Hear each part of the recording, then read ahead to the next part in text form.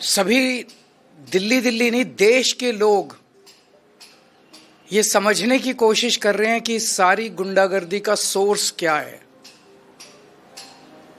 एक प्रश्न जो सब लोग पूछ रहे हैं और सब लोगों के मन में है वो ये है कि इस देश का सबसे बड़ा गुंडा कौन है।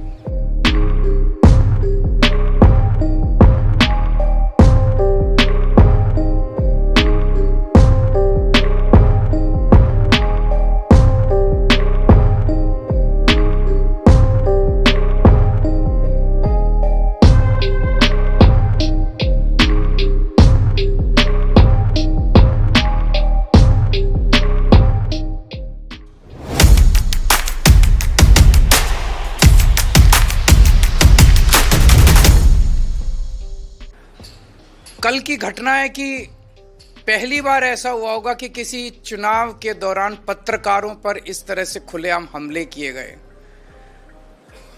कल दिल्ली के अंदर मेरे ख्याल से 7 पत्रकारों के ऊपर हमले किए गए। एक का सर फोड़ दिया। सारी रात उनको थाने में गिरफ्तार करके रखा। जिन लोगों ने हमला किया उनको भगा दिया गया और जो पत्रकार उसे कवर करने गए थे उन पत्रकारों को गिरफ्तार किया गया। उनके साथ गुंडों ने मारपीट की।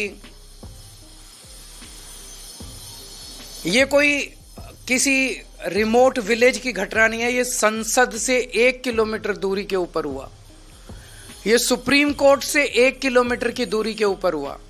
ये इलेक्शन कमीशन से 1 किलोमीटर की दूरी पे हुआ।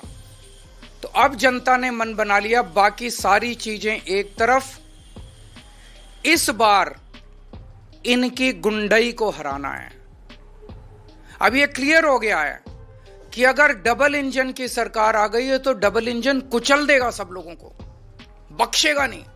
अपने पहियों के नीचे ये डबल इंजन सारी जनता को, गरीबों को, मिडिल क्लास को कुचल देगा। ये इंजन सबसे पहले तो सुरक्षा है ना लोगों की, सबसे पहले तो खैरियत है।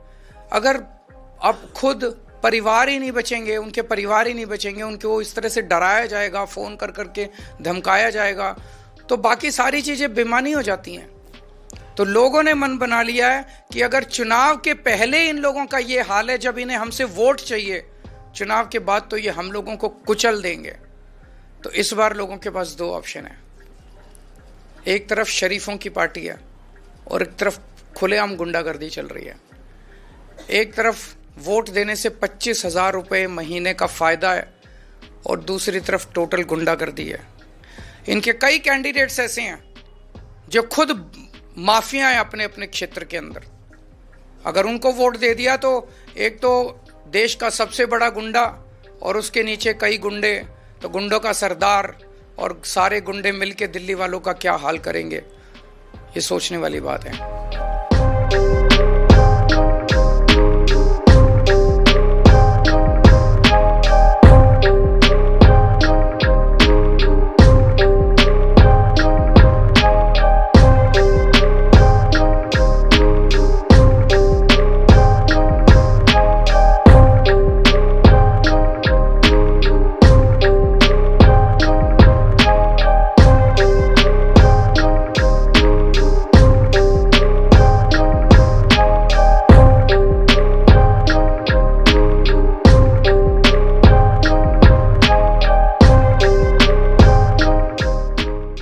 असल क्या है कि उनके गुंडे सभी जो है कंट्रोल में आ गए। दिल्ली पुलिस ने जो है उनके सारे गुंडे को टाइट कर दिया है, इसलिए उनकी ये फ्रस्ट्रेशन दिखाई दे रही है। और मैं आज आपको कह सकता हूँ कि बुरी तरीके से केजरीवाल हार रहे हैं।